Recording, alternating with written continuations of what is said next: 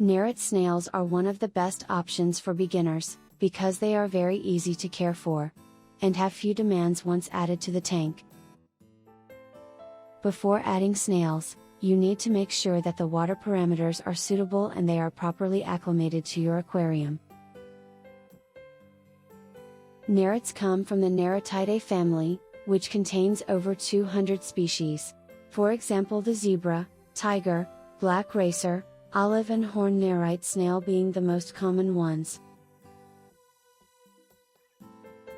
Nerites are often sold as freshwater aquarium snails, although there are some saltwater varieties as well. They can grow up to 1 inch, so they can live comfortably on smaller aquariums.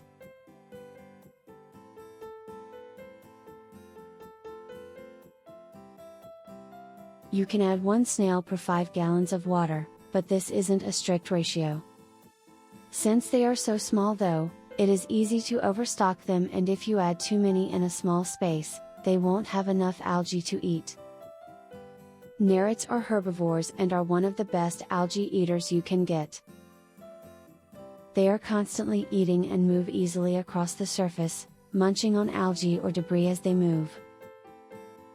Their diet can include soft film algae, soft green algae, soft brown algae, and brown diatoms. But it is a misconception to think that they will get rid of the algae problems in an aquarium. Having too much algae in an aquarium is related to lighting issues and bad water conditions.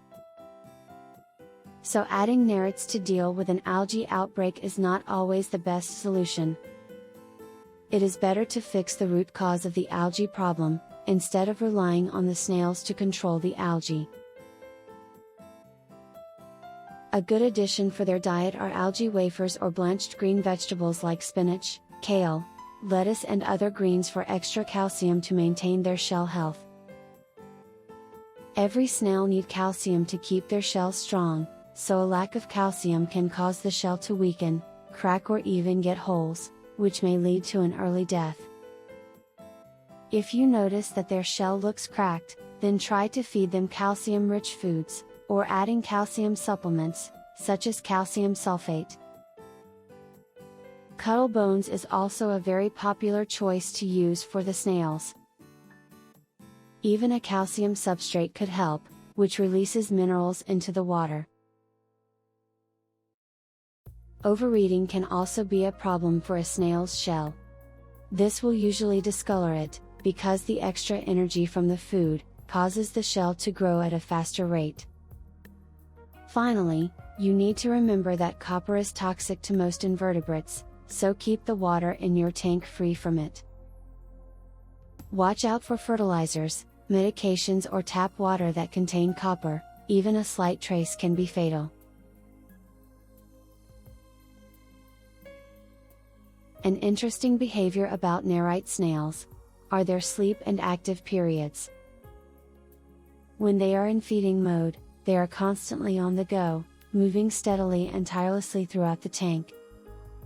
Then, for no apparent reason, they become idle and still for long periods of time, and can stay there motionless for days.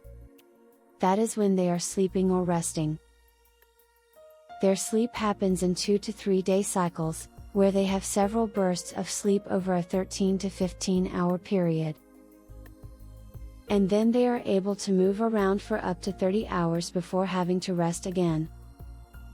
Though, if you see the snail laying on the bottom of the tank, sometimes upside down and motionless, it is wise to inspect it. Because then it might be deceased and could compromise the water quality in the aquarium if left in the water for too long. A dead snail will not be affixed to the glass or any hard surface, and it will not react if you touch its soft body. Upon removal from the tank, a dead snail may also have a strong smell of rotting and decomposing flesh.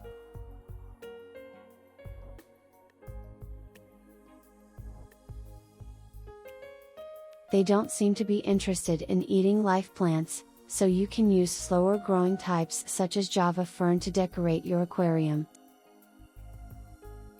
They still need a lot of hiding spots, so having a lot of rocks with crevices and caves or driftwood is a good choice. Also, rocks, driftwood or other forms of decorations accumulate algae over time and give your snails a close, convenient snack. Nerite snails' behavior is very peaceful and they are the best tank mates in a community tank, for a wide variety of species like most invertebrates and fish. Some good tank mates include other snails like trumpet, ram's horn, mystery or apple snails, etc. Invertebrates like most shrimp species, amano, sherry, bamboo, vampire or ghost shrimp, etc. Or friendly fish like cory catfish, otocinclus catfish, tetras, guppies, or even betas. Tank mates which should be avoided are any aggressive invertebrates or fish, because the nerites may become an easy snack for them. So avoid loaches, aquarium crayfish, goldfish, discus, and cichlids.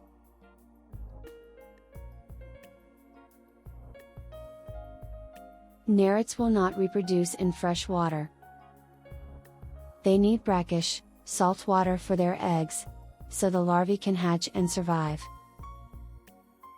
This is very beneficial for you, if you don't want to overpopulate your aquarium with nerite snails.